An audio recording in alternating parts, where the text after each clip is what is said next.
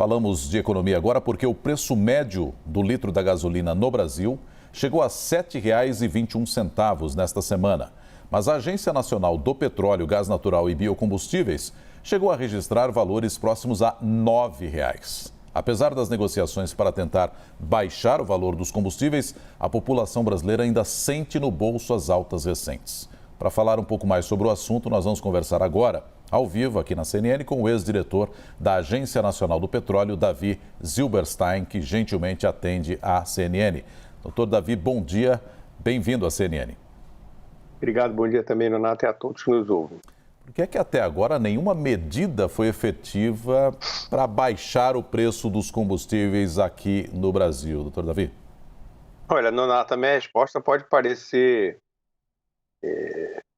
estranha, mas porque não tem nenhuma medida para você fazer abaixar alguma coisa que tem um preço internacional, tem um custo associado a um valor internacional. A sua pergunta, não estou falando de combustíveis, mas ela poderia ser estendida, por exemplo, os impactos que nós vamos ter nos alimentos de uma maneira geral. Vai ser, na minha opinião, vai ser uma situação muito mais grave, muito mais séria do que o preço da gasolina, por exemplo.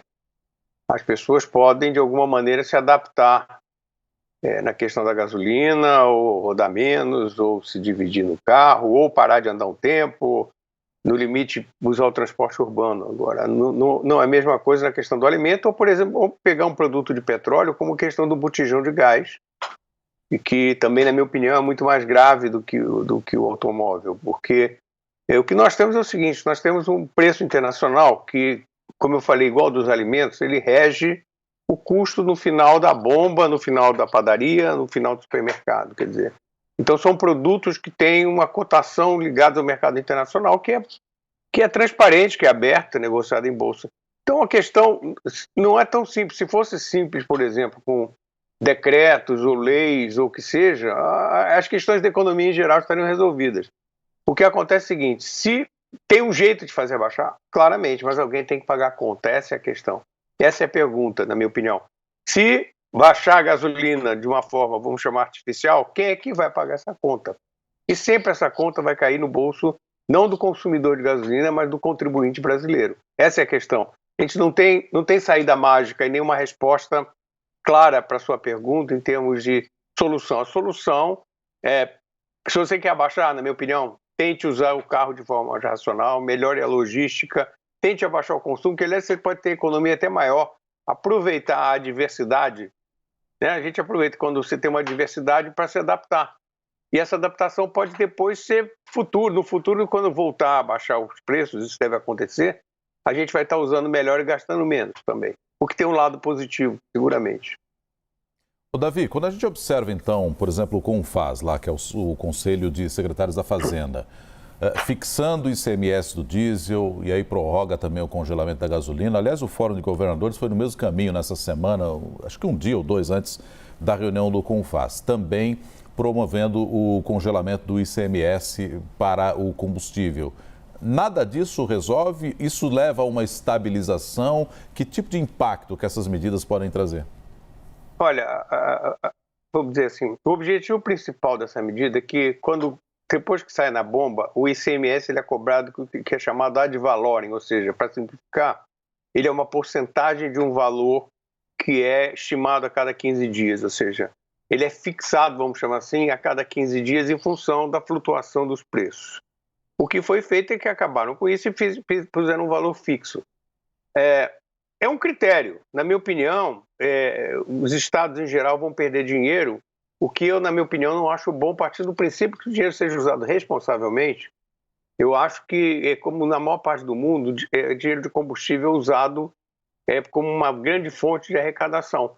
Eu acho que, por exemplo, em vez de você subsidiar a gasolina, quando o Estado perde dinheiro, seria mais interessante ele comprar mais tomógrafos e equipamentos de exames, coletes à prova de bala para a polícia, melhorar a qualidade do trabalho dos professores, das escolas.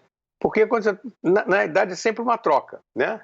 Quando ele diz assim, vamos congelar, parte do princípio que não vai subir. Então, o Estado está perdendo a arrecadação. O Estado arrecada também, e pelo menos essa é a finalidade, e eu acredito até na boa gestão de alguns estados, principalmente, Isso reverte para o cidadão, quando você tem. E só mais uma coisa, se você fixa e você congela, vamos supor, o câmbio caiu bastante nos últimos dias, né? Nós saímos de 5,60, estamos para quase 4,90, 4,80, até caindo um pouquinho mais, enfim. Isso vai impactar diretamente, se não houver nenhum aumento expressivo do preço do barril do petróleo, porque são as duas variantes, né?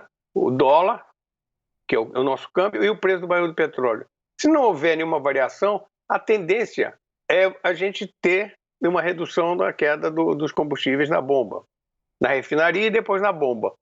E com o ICMS fixo, o que ele abaixaria, mas não vai baixar, porque ele vai ficar travado. Então nós vamos estar pagando mais do que poderíamos estar pagando. Então as pessoas têm que entender que há uma volatilidade, há uma oscilação, que em momentos vai para cima, mas em 2020, a maior parte do tempo a gasolina ficou caindo, foi caindo. Teve a pandemia, evidentemente, 2021 também, e agora subiu por diversos motivos. Retomada do pós-pandemia, a tensão por causa da guerra da Ucrânia, mas você pode ter aí uma estabilização. Se você trava o ICMS, se cair, não vão pagar o ICMS mais alto do que seria necessário. É claro que essa situação que a gente vive na Ucrânia, né, infelizmente, de um conflito que está se arrastando aí por mais de um mês, não há no horizonte nenhuma solução muito rápida para esse conflito. Isso tudo acaba gerando tensão nos mercados, impacta também o preço do petróleo, etc. Caso a OPEP, por exemplo, aumentasse a sua produção, isso teria algum efeito no mundo, professor Zilberstein, ou não atingiria tanto assim? Não, teria sim. A pergunta é boa porque, no caso específico do petróleo, você tem compensações relativamente rápidas. E eu diria que elas já estão acontecendo, porque inclusive a demanda mundial, ela deu um salto muito grande na pós-pandemia, mas ela está, de alguma maneira, se estabilizando. A Rússia é um produtor relevante, mas se a sua pergunta fosse, por exemplo, em relação à Arábia Saudita ou outros países do Oriente Médio, aí a situação seria muito crítica. Naquela região do Oriente Médio. Em relação à Rússia, existe a condição de você ter uma certa compensação relativamente rápida. E isso está acontecendo. E onde a gente vai sentir mais? A gente, aqui no Brasil, talvez um pouco menos, mas onde as grandes economias vão sentir, principalmente da Europa, na questão do gás natural, se houver, por exemplo, um embargo ao gás que vem da Rússia. A Alemanha depende de 50% do gás dela da Rússia, a União Europeia 40%. Então, a minha visão é que não é que a Europa seja refém do gás russo. Os russos também são reféns das divisas que vêm da Europa, do dinheiro que vem da Europa. Então, na questão dos combustíveis, eu não acredito que a gente vá ter grandes sobressaltos além do que nós já tivemos até agora, a não ser, claro, o que ninguém espera, que a guerra se expanda e que a situação se agrave. Mas, circunscrita à situação atual, eu acho que nós não vamos ter muito problema maior do que já temos, não. Perfeito. Agora, Davi, o que é que dá para a gente citar aqui ou falar para quem nos acompanha nesse momento? A média aí de preço está na casa dos R$8 da gasolina. Além disso, claro, tem uma discussão em torno do reajuste do transporte público, porque também depende de combustíveis, está sendo segurado de algum modo, mas esse reajuste pode ser que venha em algum momento.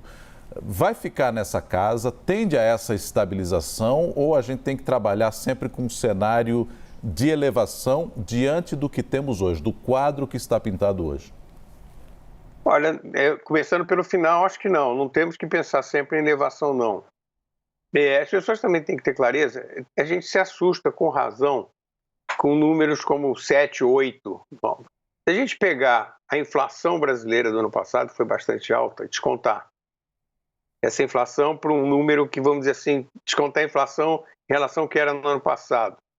Se a gente pegar a inflação americana também, quer dizer, a inflação do dólar, que foi muito alta no passado também, foi a maior em 40 anos, foram mais de 7%. Se a gente somar a nossa desvalorização, em dólar, a nossa gasolina não está tão diferente do que era no passado. Se a gente for olhar para trás, entre 2011 e 2014, a gente teve um barril de petróleo mais alto do que a gente está tendo hoje. E não houve a gente não teve essa, vamos chamar entre aspas, de comoção em relação ao preço da gasolina, porque os números nos assustam como números.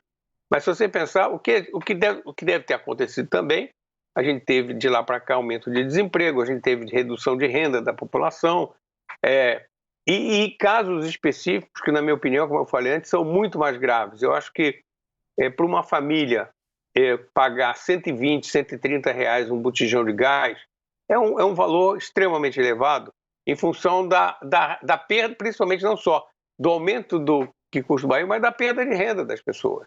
A participação na renda das pessoas ficou muito alta. Então, aí sim, na minha opinião, valeria se discutir uma questão de um subsídio. Ou, por exemplo, onde eu estou agora, no Rio de Janeiro, a passagem de trem vai para R$7. Para ir, R$7 para voltar.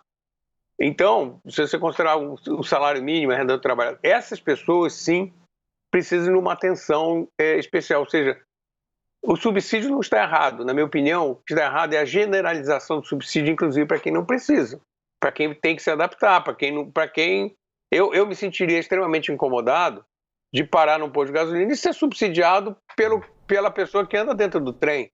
No fundo é isso, né? Quando a gente tira dinheiro do Tesouro para me subsidiar, eu estou tirando dinheiro também de quem anda apertado dentro de um ônibus ou dentro de um metrô.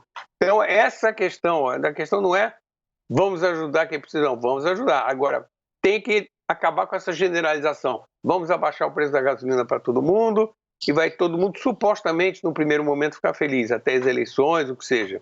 Porque depois essa conta chega, né? Quando o Tesouro financia, ou ele vai cobrar mais impostos, ou ele vai se endividar mais, e tudo isso vai acabar gerando inflação, e essa inflação, na outra ponta, vai acabar gerando um aumento do preço dos combustíveis. Quer dizer, a gente tem que tomar cuidado com uma percepção de curto prazo e avaliar o impacto disso tudo ao longo da economia para os próximos anos.